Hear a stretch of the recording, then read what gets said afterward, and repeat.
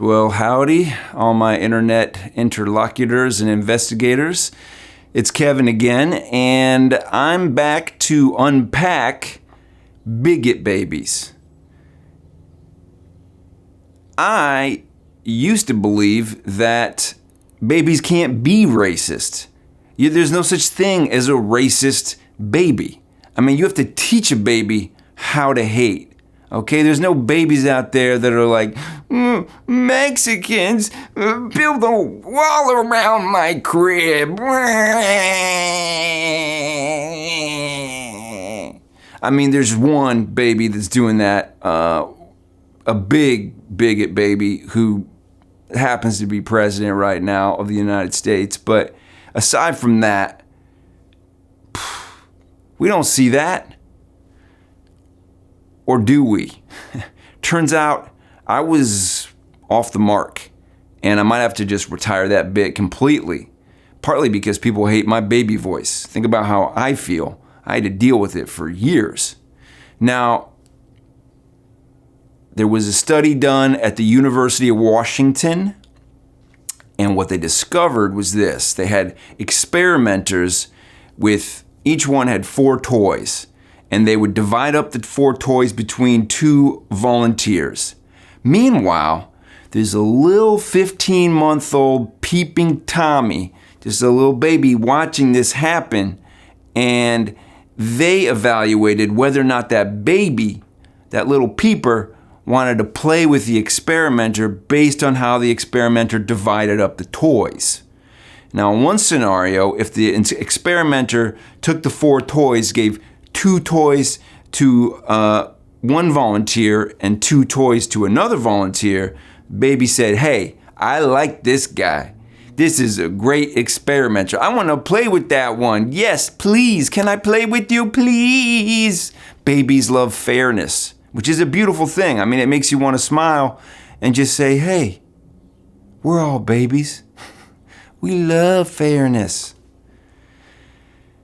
Now, you want to know what babies hate? And babies are full of hate. Babies don't like it when one of the experimenters gives 3 toys to one volunteer and 1 toy to the other. Babies are like, I don't want to play with this guy. Babies don't play with that. This guy's a... Anyway, babies did not want to play with that experimenter. Now, this is all cut and dry, kind of makes sense. Okay, babies like fairness, they don't like unfairness, but there was an exception.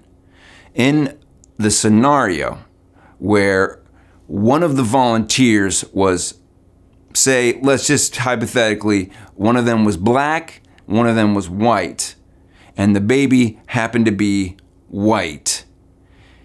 Then, in the scenario where an experimenter gave more toys to the white volunteer and less to the black, so unfair distribution, typically a thing that babies don't like. In this case, if the baby was white, it was all right. Yeah. In that case, the baby said, well, kind of unfair, but also I'd like to play with that experimenter. The one who gave 3 toys to the white volunteer and 1 toy to the black, because I know this guy's got my back. So, look who's talking now, racist babies. These little baby bigots are all over the place. They're everywhere. And they figured out a term for this. They call it in-group bias. Now, what benefit does it have to be racist as a baby? Right? It doesn't seem like it's really that beneficial. Or is it our fate to just be racist? I mean, it's gross.